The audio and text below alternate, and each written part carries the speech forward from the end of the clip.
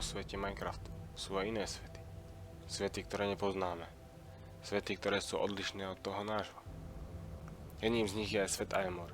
Je to svet, ktorý má nestabilné základné 4 elementy. Voda, vzduch, oheň a zem. Tieto elementy vytvárajú nekonečnú energiu, ktorá vzniká aj zaniká. Miestni ľudia si túto energiu ovládli a teda naučili sa očarovať. Ale v tomto svete sa nachádza aj čierna mágia, zlá a zničujúca sila. Ľudia ju ale vedeli potlačiť a ich zákony zakazovali akúkoľvek manipuláciu s ňou. Ľudia si žili celkom pokojne, bez žiadnych vojen.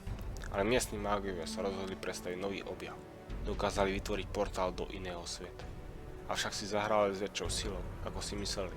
Mágia poškodila celý ich svet. Ničila zvieratá, rastliny, niektoré začali dokonca mutovať. Sila portálu sa dostala do zlých rúk. A zásila sa dostala do sveta Aemor. Obrovské legendárne obľudy prišli portála. Ľudia celou silou zaútočili na portál, veľké množstvo mužov padlo. Nie ale nadarmo, pretože portál bol zničený. Ľudské vojska boli otrasené. Zostávalo len pár vojakov. A vojny ešte nebolo koniec. Kráľ sa rozhodol rekrutovať nových bojovníkov, čo zabijú všetkého ľudí, čo prešli cez portál.